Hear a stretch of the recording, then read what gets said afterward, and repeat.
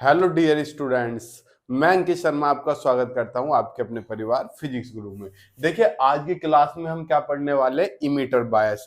इससे पहली क्लास में हमने क्या पढ़ा था, fixed bias. What is the difference between emitter bias and fixed bias. Fixed bias मैंने बता दिया था, वीसीसी और आरबी क्या होते हैं, फिक्स होते थे, जिस वजह से उसे क्या बोला जाता था, फिक्स्ड बायस। ये इमीटर बायस क्या है, एक तरीके से मैं आपको बताऊं, ये फिक्स्ड बायस ही है।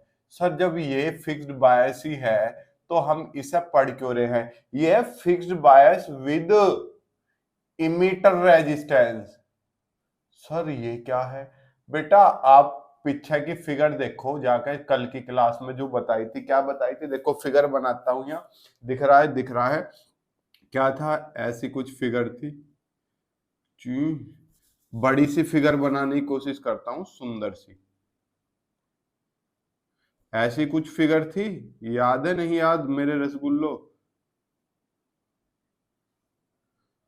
जी। और यहाँ क्या था, ऐसे जाके किससे मिल रही थी, एक पॉजिटिव पोटेंशियल, किससे, वीसीसी से, याद है। यहाँ पर क्या लगा हुआ था, एक रेजिस्टेंस लगा हुआ था आरबी, और यहाँ पर एक रेजिस्टेंस लगा हुआ था आरसी। इससे करंट आ रही थी, यहाँ पर कितनी करंट चली गई थी बेटा, यहाँ पर करंट चली गई थी आईसी, यहाँ पर कितनी चली गई थी, आईबी। ये तो याद है। इसकी वैल्यू क्या थी, आरबी। ये क्या कर रखा था हमने, ग्राउंडेड।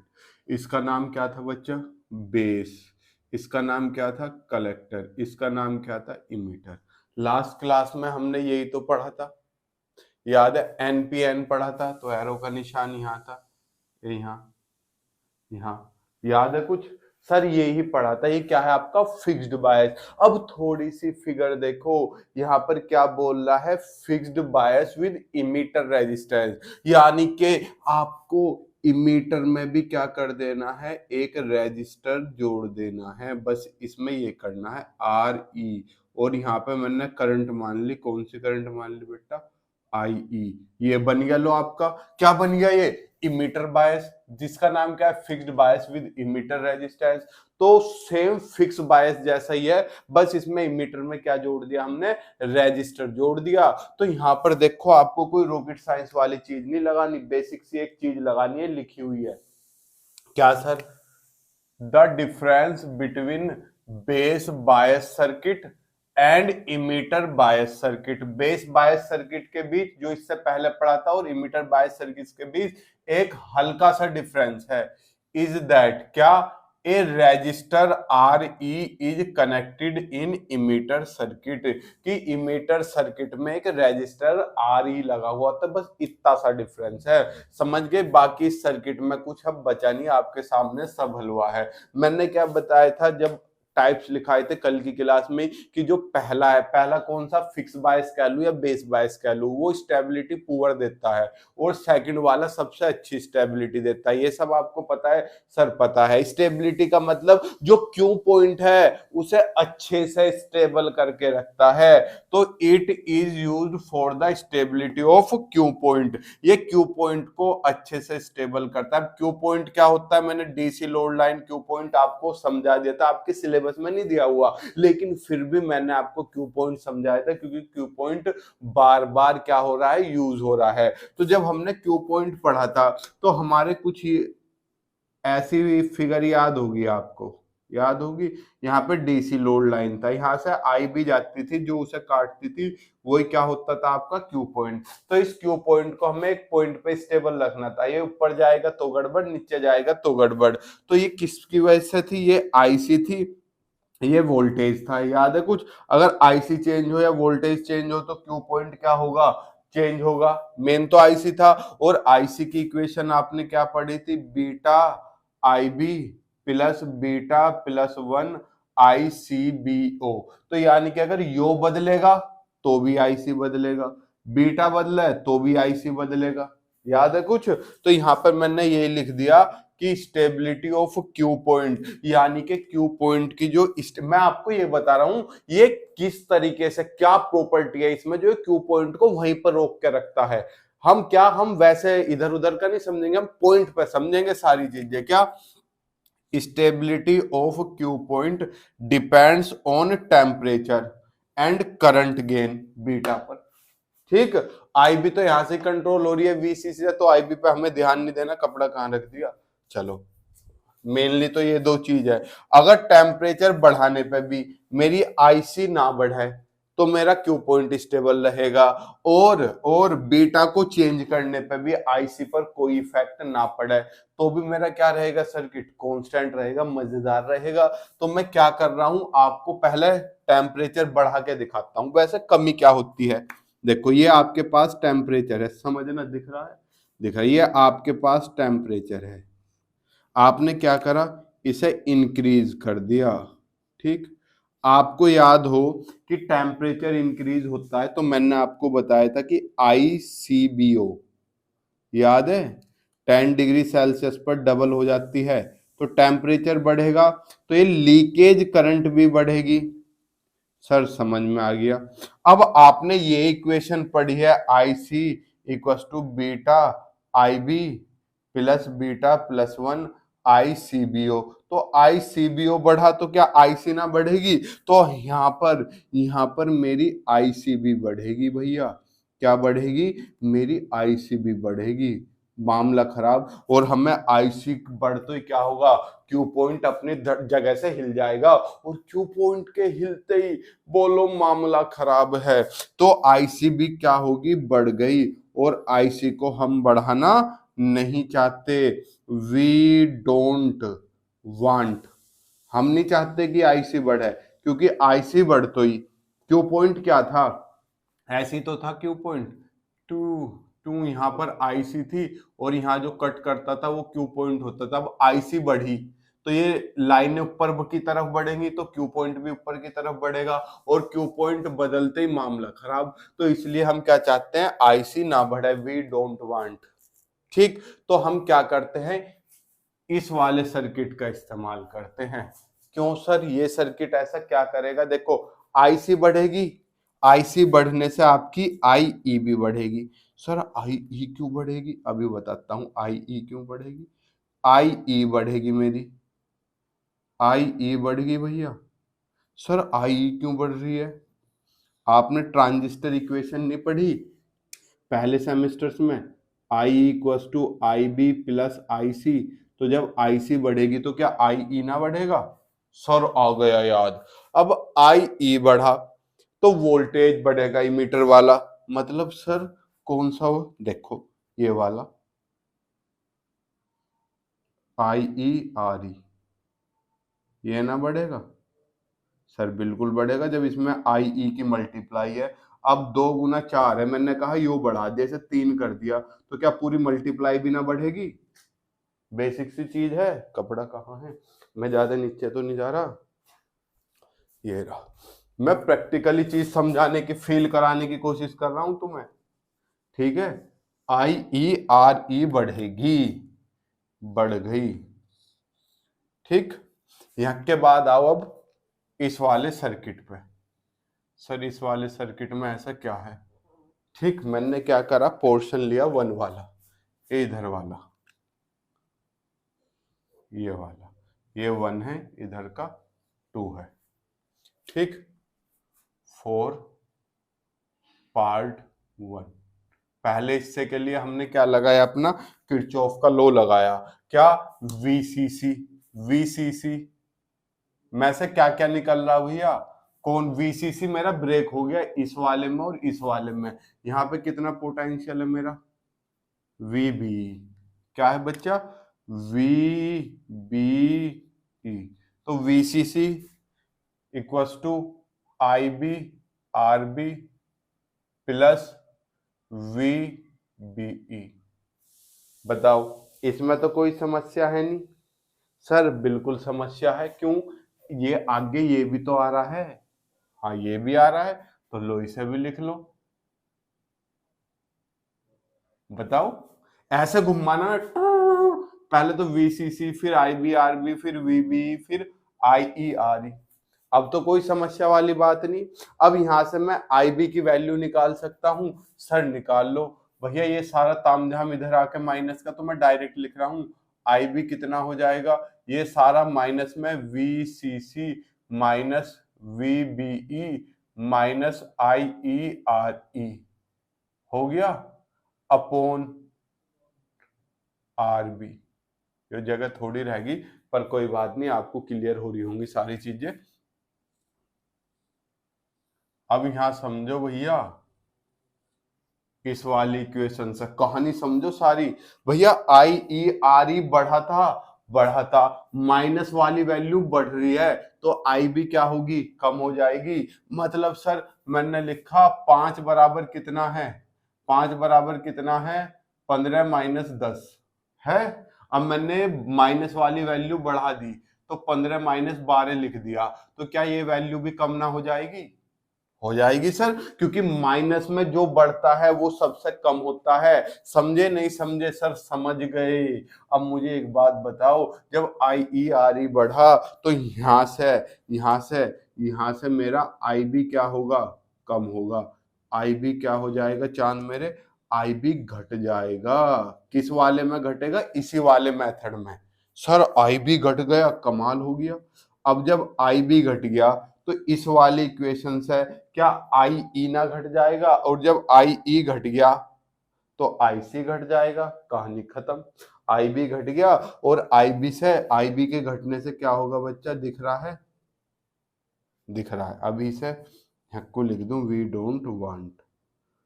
ठीक, आई बी घटा, आई बी घटने से क्या हो जाएगा, आई सी मेरा ओ आई सी वाला आई सी नहीं है, कलेक्टर करंट भी घट जाएगा।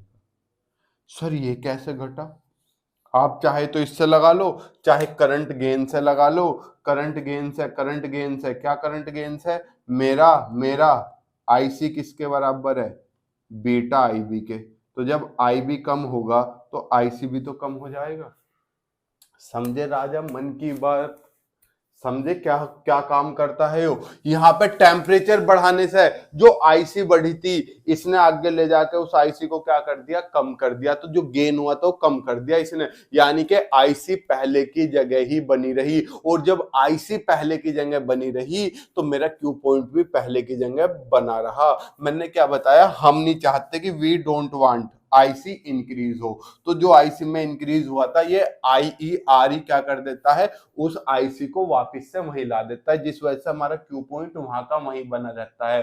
और क्यू पॉइंट वहां का वहीं बना रहने का मतलब स्टेबिलिटी बनी रहती है। यानी कि अगर हम इमीटर बायस सर्किट यूज करते हैं तो टेम्परेचर का इंक्रीज स्टेबिलिटी पे कोई फर्क नहीं डालता।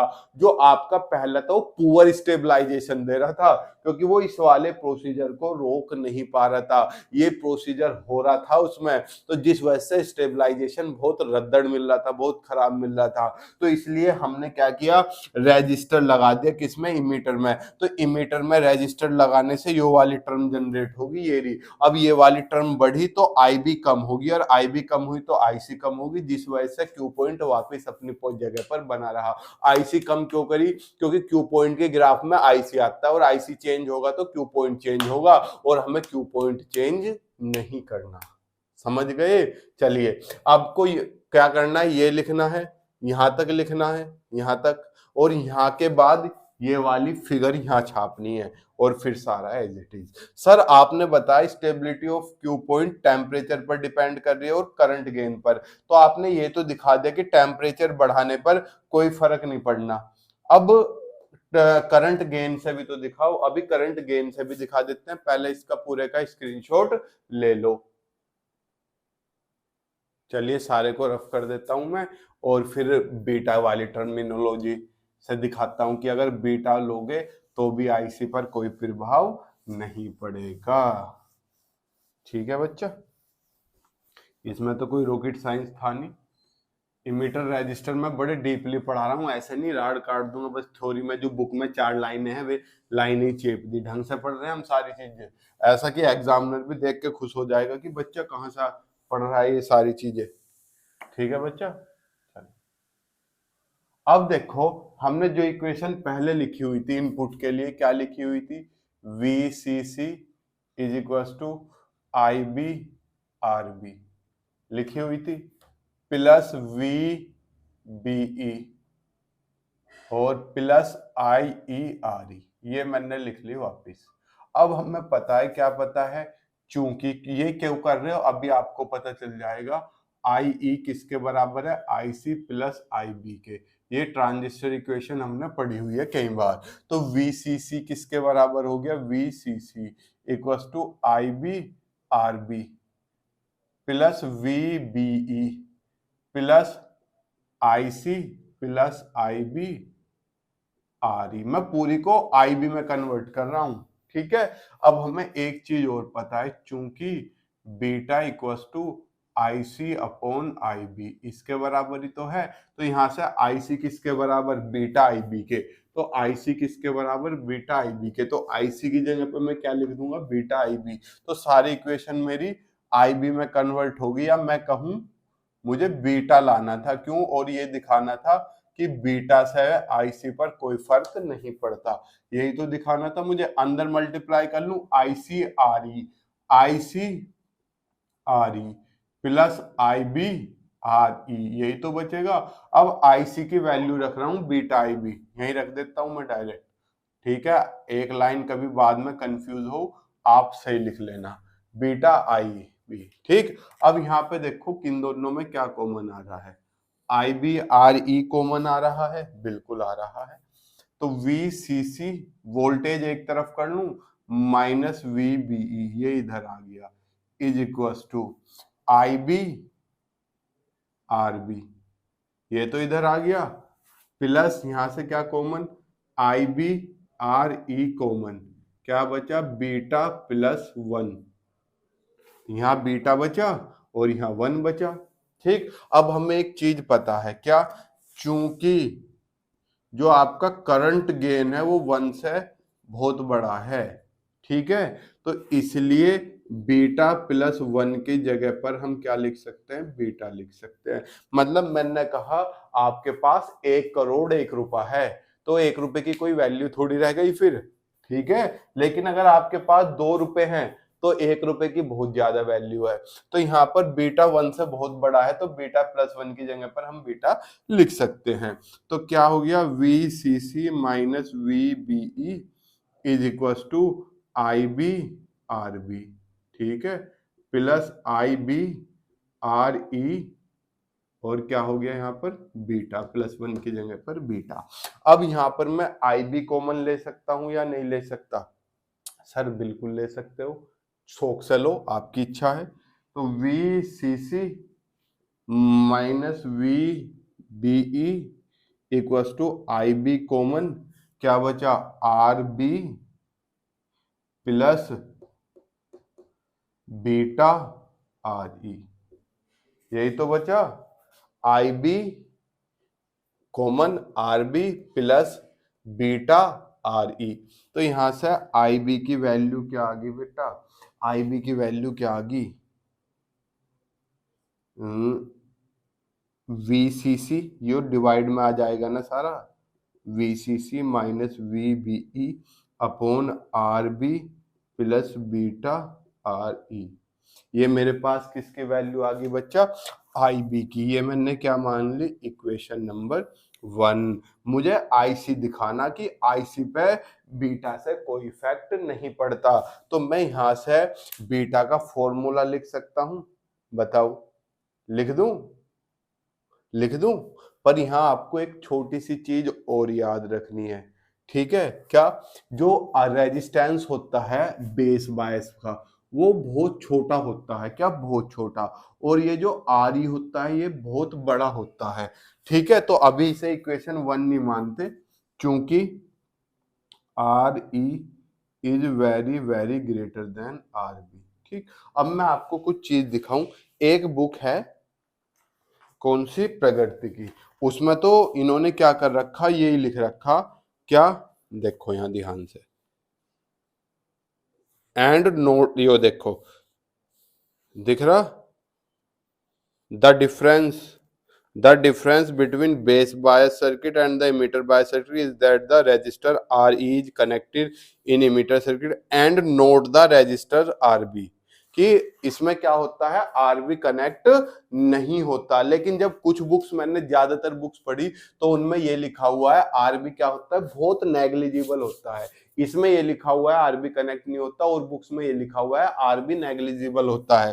तो आरबी बहुत छोटा है आर की गेन में, so we can neglect RB. तो आरबी को हम क्या कर सकते हैं बेटा, नेग्लेक्ट कर सकते हैं। आपकी बुक में दिखा दिया मैंने कहाँ लिखा हुआ, कैसे लिखा हुआ।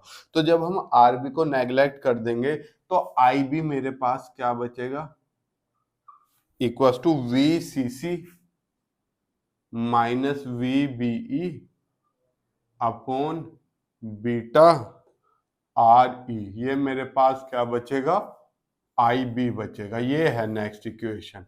ठीक, वी नो, हम जानते हैं, क्या जानते हो बेटा, बीटा इक्वल टू किसके बराबर है, I C upon I B के। तो यहां से आई सी किस पे डिपेंड कर रही है, बीटा पे डिपेंड कर रही है।